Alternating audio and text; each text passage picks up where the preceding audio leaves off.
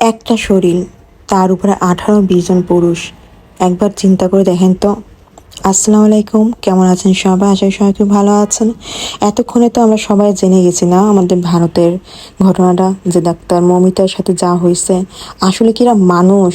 এরা কি মানুষ? আমার তো মনে হয় না এইসব পুরুষরা কোনো মায়ের পেটে জন্ম নিয়ে দুনিয়াতে আসছে। এরা অবশ্যই কোনো পশুর পেটে জন্ম নিয়ে দুনিয়াতে আসছে না। তো একটা নারীর উপর, একটা মেয়ের উপর এইভাবে নির্যাতন করতে পারে কোনো মানুষ হয়ে? কোনো মানুষের উপরে এতটা বাজে অত্যাচার! আমি কখনো কোনো বিষয় নিয়ে আমার পেজে কথা বলি না, কারণ হচ্ছে সব সময় সব কথা বলাও যায় না। কিন্তু আজকে যে বিষয়টা, এটা কল্পনার বাইরে। মানে চোখ বন্ধ করলে শরীরে একটা লোম আমাদের দাঁড়িয়ে যাচ্ছে, বুকের ভিতরটা মানে অস্থির হয়ে যাচ্ছে। মানে কি কষ্টটা পাইছে একবার চিন্তা করেন তো। একটা মানুষের শরীরে যদি 113টা কামড়ের দাগ পাওয়া যায়, তারা কি পশু না? তারা তো পশু। মানে তারা এত পরিমাণে বাজে নির্যাতন করছে কি জন্য? মানে একটা মেয়ে সারাদিন ডিউটি শেষে রেস্ট নিতে গেছে, তার উপর এরকম নির্যাতন। আর একটা সবচাইতে সত্য কথা যেটা, বান্ধবীরা যে কোনোদিন আপন হয় না, তাদের মতো যে বড় নিমুখারাম কেউ হয় না, এটাই তার আবার একটা উদাহরণ হয়ে থাকলো। 2জন বান্ধবী তার সাথে ছিল, তারাও তো একটা মহিলা, তাই না?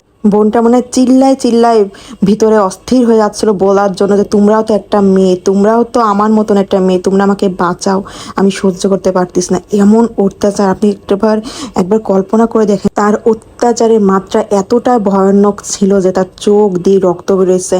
তার চোখ দিয়ে এমন রক্ত, এত পরিমাণে আঘাতের চিহ্ন তার শরীরে। মানে একটা নারীর সাথে এত বড় অন্যায় করা, মানে এগুলোর বিচার আসলে দুনিয়াতে, এগুলো বিচার কবে হবে বা কবে আমরা দেখবো আমরা জানি না। আমাদের বাংলাদেশের কথা যদি বলে, আমাদের 2016 সালেও কিন্তু এরকম একটা ঘটনা ঘটছিল তনুর সাথে। তখন আমরা বেশ ছোট, কিন্তু তখন মোবাইলের অত বেশি কিছু বুঝতাম না, মানুষের কানে বা এইরকমভাবে করে শোনা দেখা পড়া। তা ওই মেয়েটার সাথেও কিন্তু সেম এত বাজে একটা কাজ হয়েছিল। আসলে এগুলো কোনো বিচার আমরা দেখি না। দিনের পর দিন মানুষ এরকম রূপ নিচ্ছে। পুরুষ মানুষগুলো আসলে পুরুষের ভিতর, আমি বুঝি না তারা এত অমানুষ কেন। ডাক্তারি পড়া, ডাক্তার হওয়া, এটা কতটা পরিশ্রম, কতটা কষ্ট করে একটা মেয়ে এই পর্যায়ে এসে দাঁড়াইছে। আর তার 13 বছরের প্রেমের কথা একবার চিন্তা করছেন? তার 13টা বছরের স্বপ্ন, তিল তিল করে বেড়ে ওঠা ভালোবাসার মানুষ, মানে তার সামনে এইভাবে চলে গেল। মানে কিভাবে কাটাবে সারা জীবন সে? মানে এটা কল্পনা করলেও তো মানে সে বাঁচতে পারবে না যে তার প্রিয়তমার সাথে এমন একটা কাজ হয়েছে। মানে এত বাজেভাবে তার শরীরের সাথে অত্যাচার করা হয়েছে 18-20 জন মিলে। মানে একটা মানুষের শরীরে এত পরিমাণের কি বলবো, মানে এগুলো আসলে ভাবতে বলতে গেলে মানে চোখ বুক ভার হয়ে আসে। মানে এত কষ্ট করে একটা মানুষ, একটা মেয়ের উপর এরকম গভীর রাতে এত পরিমাণে নির্যাতন, এদের কবে বিচার হবে? আমি চাই এদের বিচার হোক, আল্লাহ খুব তাড়াতাড়ি এদের বিচার দিক। জাস্ট আপনারা একবার চিন্তা করেন, একটা সুস্থ মেয়েকে ঠিক কতক্ষণ গলা চেপে ধরে রাখলে তার চোখ মুখ দিয়ে রক্ত বের হয়। তার অত্যাচারের মাত্রা কতটা ভয়ানক ছিল।